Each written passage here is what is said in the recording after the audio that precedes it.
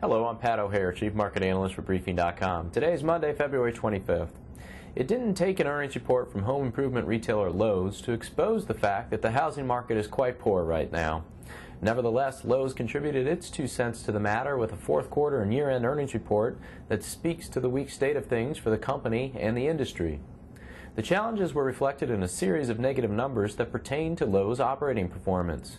For instance, sales for the quarter declined 0.3%, comparable store sales dropped 7.6%, pre-tax earnings fell to 6.3% of sales versus 9.1% in the prior year period, net earnings plunged 33.4%, and diluted earnings per share declined 30% to 28 cents. The pattern was similar for the fiscal year on most metrics with the exception of sales, which increased 2.9%. The end result is that fiscal year net earnings fell 9.5%, while diluted earnings per share dipped 6.5% to $1.86. Looking to fiscal 2008, Lowe's expects industry sales to remain soft for the next several quarters. Accordingly, it provided some conservative earnings guidance for the first quarter and fiscal year that fell below current consensus estimates. Separately, comparable store sales are anticipated to decline 5% to 7% in the first quarter and 5% to 6% for the year. Strikingly, shares of Lowe are up in the wake of the report.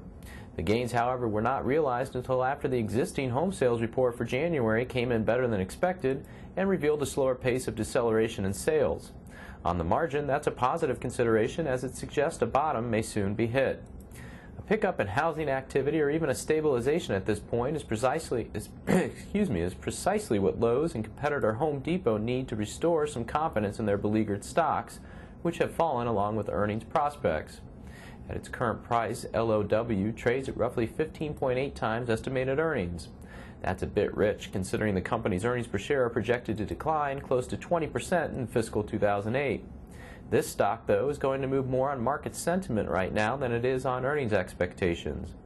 Then again, the expectation that the worst of Lowe's earnings difficulties has been priced into the stock has been a supportive factor of late.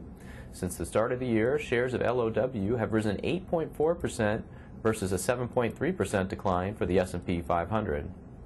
I'm Pat O'Hare for Briefing.com. Thanks for listening.